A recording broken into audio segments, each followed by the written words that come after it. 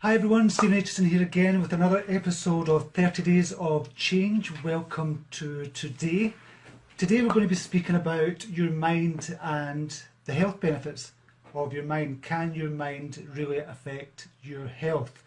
That's kind of question I'm posing, and can it give you kind of some information about how your mind actually affects your health and your body as well. So I want to pose a question first of all. Do you think your mind can directly affect your body? So that's a question I'm going to pose to you just now. Do you think your mind can directly affect your body? So put in the comments below if you do believe that your mind can directly affect your body, and we'll go on to discuss the topic for today, how your mind can actually affect your health.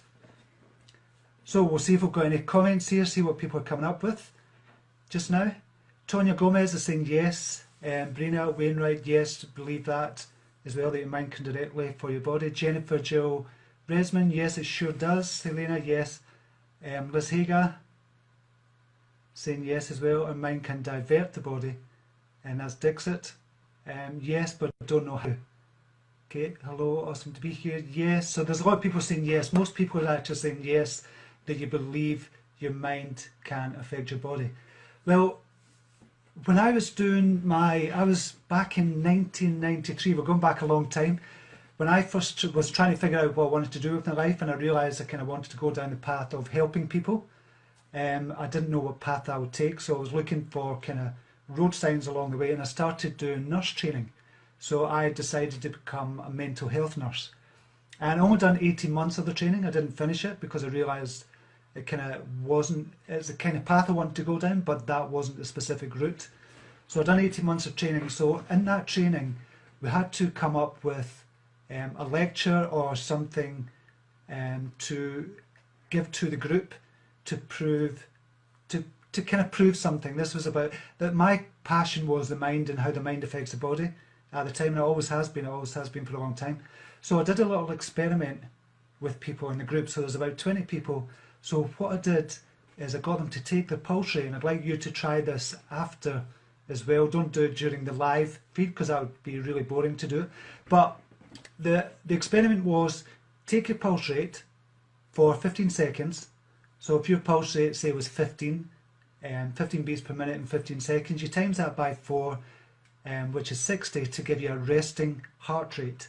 That's your resting heart rate. Then after that, what I wanted them to do was close their eyes and think about running as fast as they can for 1 minute.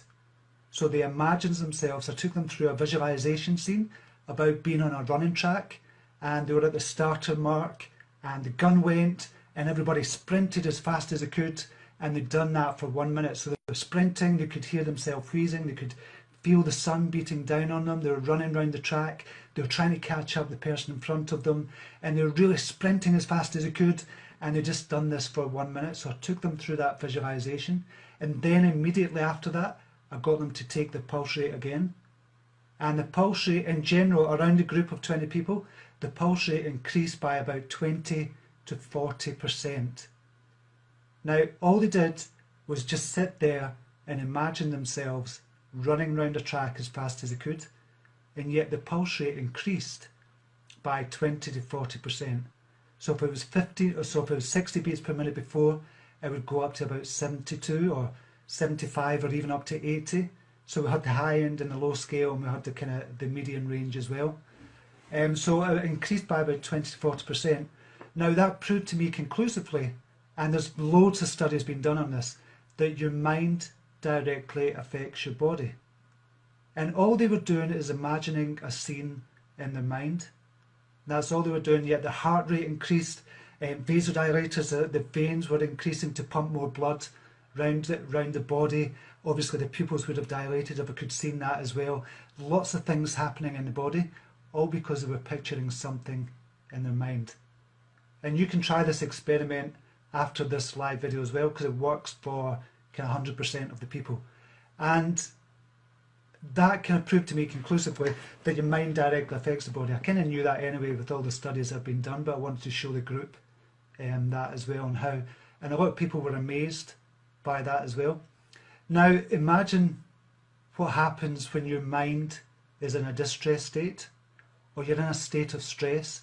Because what happens when you're in a state of stress, you've got all these chemicals released into the bloodstream that kind of raises your heart rate and vasodilates your veins. Everything kind of is increased to pump more blood around your body, and your heart rate is elevated to an increased state for longer periods of time, which is detrimental to your health, really detrimental to your health.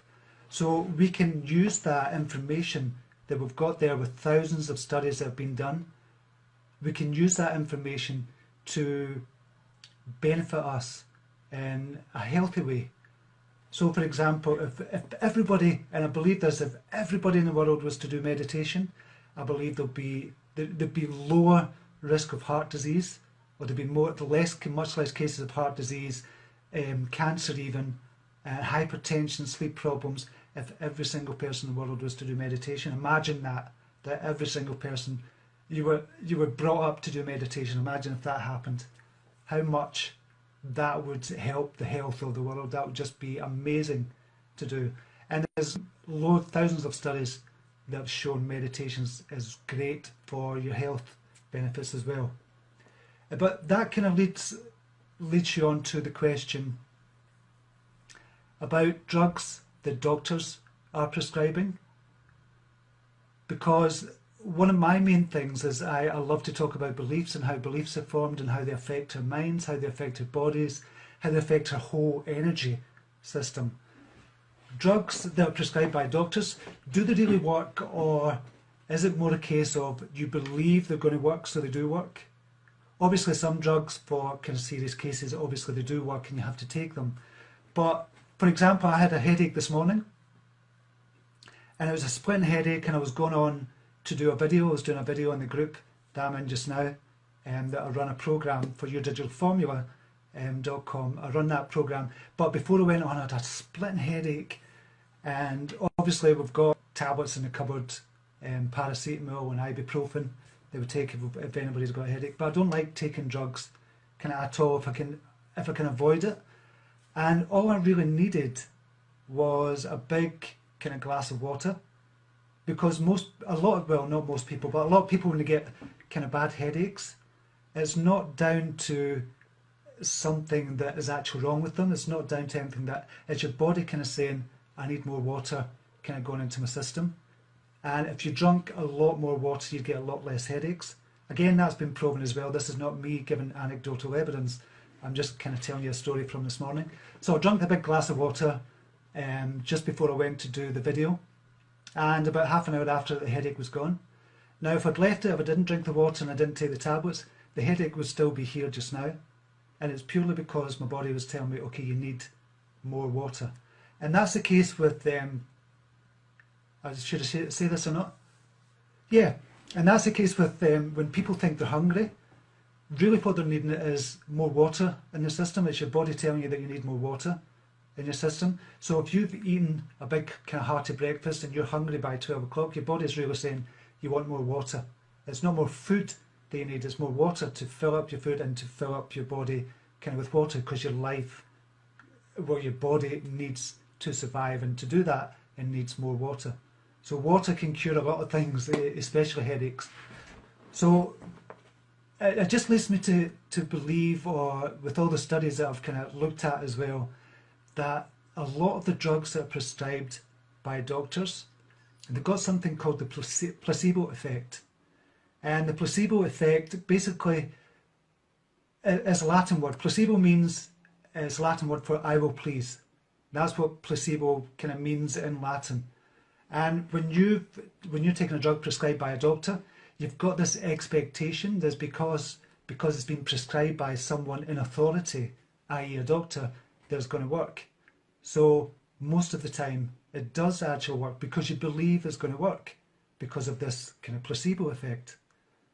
So it's kind of strange, that to me, and I think much more should be done on the placebo effect for ethical reasons and stuff. I understand why they can't do kind of a lot of studies around the placebo effect.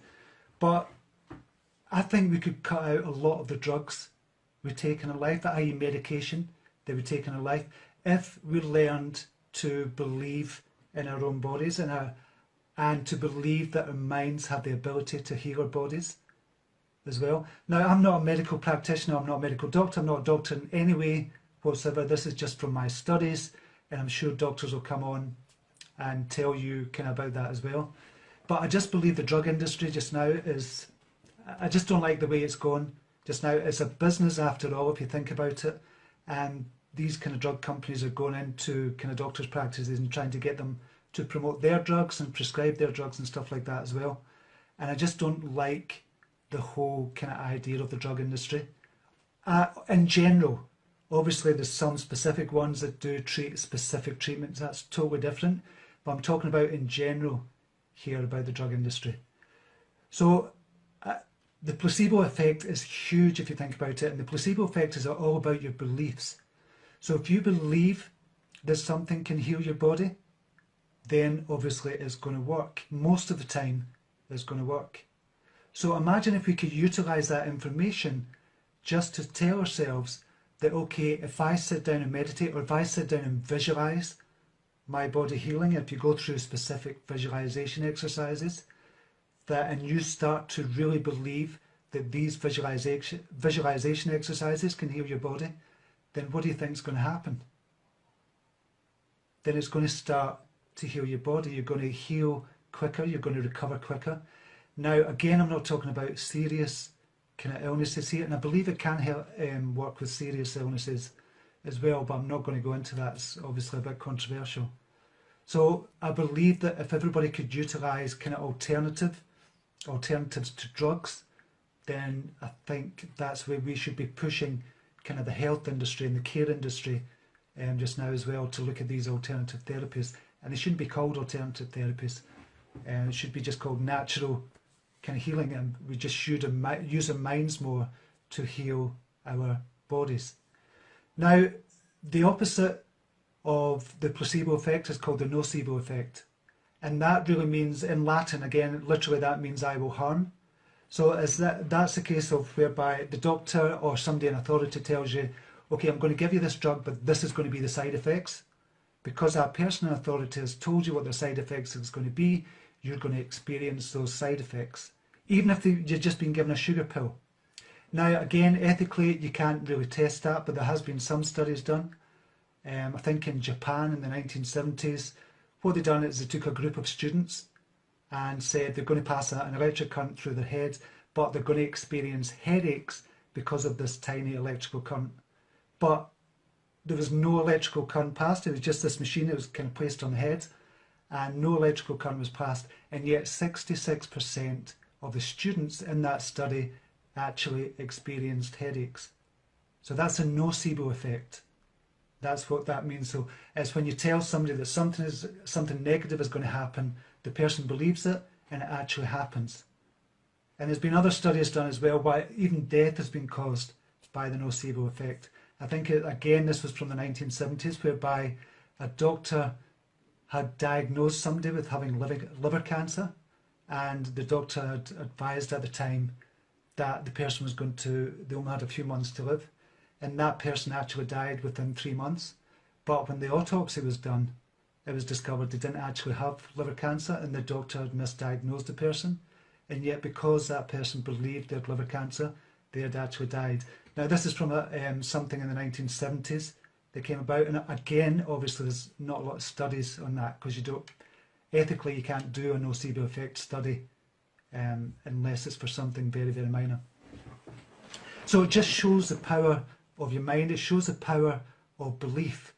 But the whole thing about this kind of talk today was to look at that power of belief you have within you, look at how your mind can actually affect your body, and what could you do just now to help your life with the power of belief.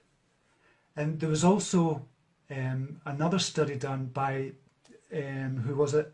The Mayo Clinic as well, to say that optimists have a 50% lower risk of early death than pessimists. Now that that in itself, and that was a study done with 447 people, and it was a 50% lower risk of early death if you're an optimist rather than a pessimist. And again, there's more studies being done on that as well, but again, it goes to show the power of the mind. And it goes to show about this whole kind of positive thing I'm talking about as well. It's not just to be happy and kind of thinking the world is going to be beautiful and stuff like that. It actually affects your health as well. The more positive you are as a person, the more beneficial it's going to be for your health as well. So I just think we should be thinking about things like that when we're thinking about our health, and the power of like visualizations, the power of affirmations to help you as well, to get that deep belief within yourself to say, my mind can't affect my body. And when you got that belief, then you can say, okay, I can heal my body with my beliefs. And you do certain visualizations, you use certain affirmations to make that a rock solid belief. And when you can do that, when you get to that stage, I think it could heal a lot of people. Now, again, I have to give a disclaimer, I'm not a medical practitioner. I've just kind of read lots of books. I've done a psychology degree in that and studied. That was my field that I really wanted to study, the mind-body connection as well. So it was just to give you something to think about. And I would look at the power of visualization as well, and the power of affirmations and kind of alternative therapies for your health as well. But primarily, try and think about ways you could use your mind to kind of heal your body, because it can be done. There's lots and lots of evidence to kind of prove that as well. And obviously, drink more water, because you won't get as many headaches unless you've got a really kind of bad condition or something like that. I know I'm giving a lot of disclaimers here away, but I have to, because I'm not a kind of medical practitioner. So let me know your thoughts on that. I'll just take a few minutes to kind of let me know your thoughts on that. Becca and Lanny is saying love water. Yeah, I think we should all be drinking at least 2-3 litres of water a day, every single day, because it can not cure a lot of ailments, but it can keep them at bay. Like for headaches is a classic example. You definitely won't suffer as many headaches. Diane Karen, yes, I agree with you. Your health is your wealth, definitely. And somebody's got, I love this topic, thank you very much, excellent. Miley Ramos is saying scientists support what you're saying. Yeah, that's with all the studies I've been kind of looking at, and that's my kind of field. It's not a field of expertise, that's the field I'm really most interested in, so I just think it's really good. Water, yep. Susan, I'm just going to come back a bit there. Right. How do you train yourself to be positive? Again, we've discussed this in the previous kind of 30 Days of Change videos, Susan. And this is from Susan Foderick Glasgow. It's all about surrounding yourself, it's about your environment. So I would stop watching and reading the news, stop watching soap operas. That's been proven to elevate your stress levels, because your mind can't distinguish between a real or imagined event. So if you're watching soap operas all the time, you've got all this drama in your life that your mind kind of it's not believing it's real, but in your mind it is real, and it still elevates those stress levels to a degree that it shouldn't be. So I think soap operas are a bad thing, and I'm not saying, well, I would cut out soap operas altogether, because they are very dramatic, and that's why a lot of people watch them, because of the drama. Read more positive books, or positive focused books, not positive books or self-help books necessarily, but people who have actually made it in the world, people who have overcome something in their life. That's all about positivity as well. On YouTube, on Facebook, make sure you're kind of looking at kind of more positive information as well. So it's about your environment as well, Susan. So I hope that helps. Okay, I'm just going to go back up to the comments. Sue Harling says, great advice about TV and news. I honestly believe that. I've never read a newspaper in I don't know how many years. I really can't. It's been 15, 20 years I've never read a newspaper in. True, I don't watch TV myself, just the news. I wouldn't watch the news. I think that'd be the worst for you, to be honest, because it's disproportionately bad news, disproportionately so. So for every bad news story, there's about, I don't know, 1,000 to 10,000 good stories in the world that never gets reported. So it's disproportionately bad news because that's what sells news. Bad news sells, which is an unfortunate kind of human thing, but that's the way it goes. So I'm just going to see here if there's any more questions just now. Right, I don't think there's a lot of questions. Yeah, a lot of people are just kind of agreeing with what I'm saying here. So what I'm going to do just now, I'm just going to leave you there just now, and just to say, have a think about that, how your mind can actually affect your body, and look into kind of visualizations and positive affirmations and things like that. And you know, I've already got something where you can get a positive affirmation for free at positiveaffirmations.net or positivelifeaffirmations.net, and I'll put a link below this video just to show you kind of how you can utilize kind of affirmations. I'm not saying that's the only thing, but there's visualizations you can use, there's alternative therapies you can use as well. That's just to give you kind of a guide or an indication of how it could actually help you in your life. So I'm going to go just now, and thank you very much for watching. I think we've got about 3,000 people here, and hopefully we'll get some more people on. So what to do if you like this video, if you liked all the other 30 days of change, obviously leave a comment below, just say hi and where you're from, and share this video as well. So share it with your friends, share it on your Facebook page and anywhere else you think it'll be beneficial, because we want this to reach as many people as possible. This 30 days of change and all the videos, I think people are really enjoying, and from the comments I've got, they're saying they're enjoying it, so I'm really appreciative of that. So I want to thank you, and just to share this video as well if you think somebody else might be able to benefit from it as well. So I'll be back on Monday, so have a brilliant weekend, and I'll speak to you soon. Namaste.